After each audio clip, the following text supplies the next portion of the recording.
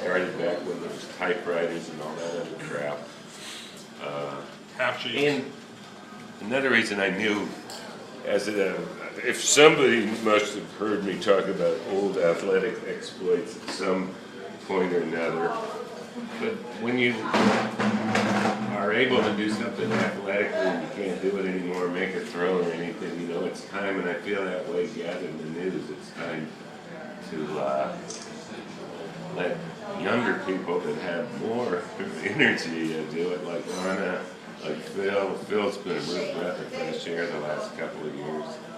And my answer to him, oh, that's not a story, I realize, comes somewhat through my innate laziness that I can't make that play anymore. I can't, that's not a story for me, but it's a story for other people to cover. And trying to explain what I'm going to do next is kind of hard because I don't have any plans other than to enjoy not worrying. I went home last night and worried about the bailout I'd written in the stupid Kevin Saunders story. Kept thinking whether or not I'd heard the guy say 75,000 or 750,000.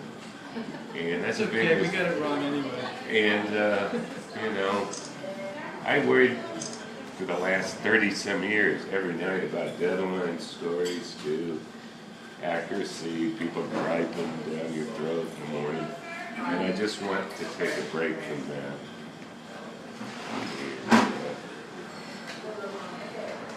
And, I'm still amazed I lasted this long because the newspaper industry has changed so much.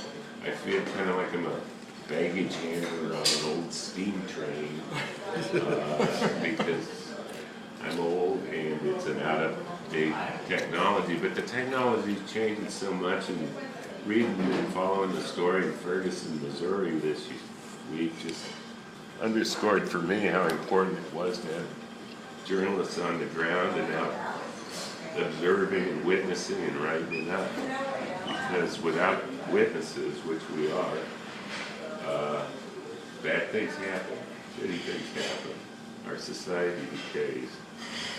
And as long as I've broken into swear words, I'll just add fuck Alden Global capital.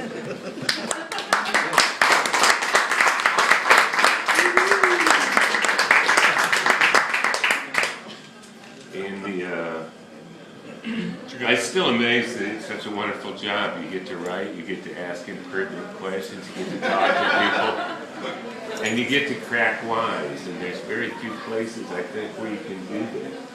At first, I thought I was going to be a writer or something, and I realized that really reporting is more about the reporting than the writing, because the writing, unless you're a real gifted prose artist, isn't as important as the facts and the stuff you collect and put in a story. And it's the reporting, and it's the questions you ask, and the demands you make, and the access that you refuse to be denied that's more important.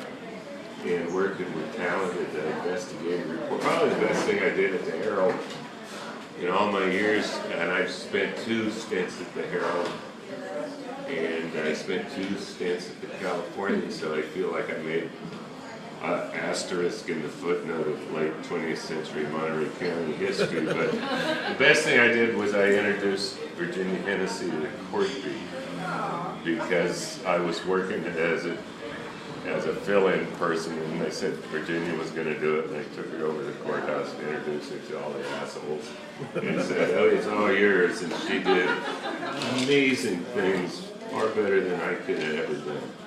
And so that's, and I don't have any real war stories, I have more war skirmish stories, and I've been proud of some of the stuff I've done, and some of the stuff I haven't been so proud of, but you've got to feed the daily beast.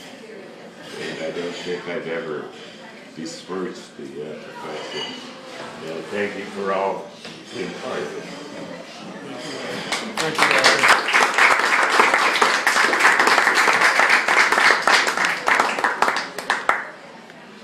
Thank God he cut it down from an hour. I was going to tell you some of the words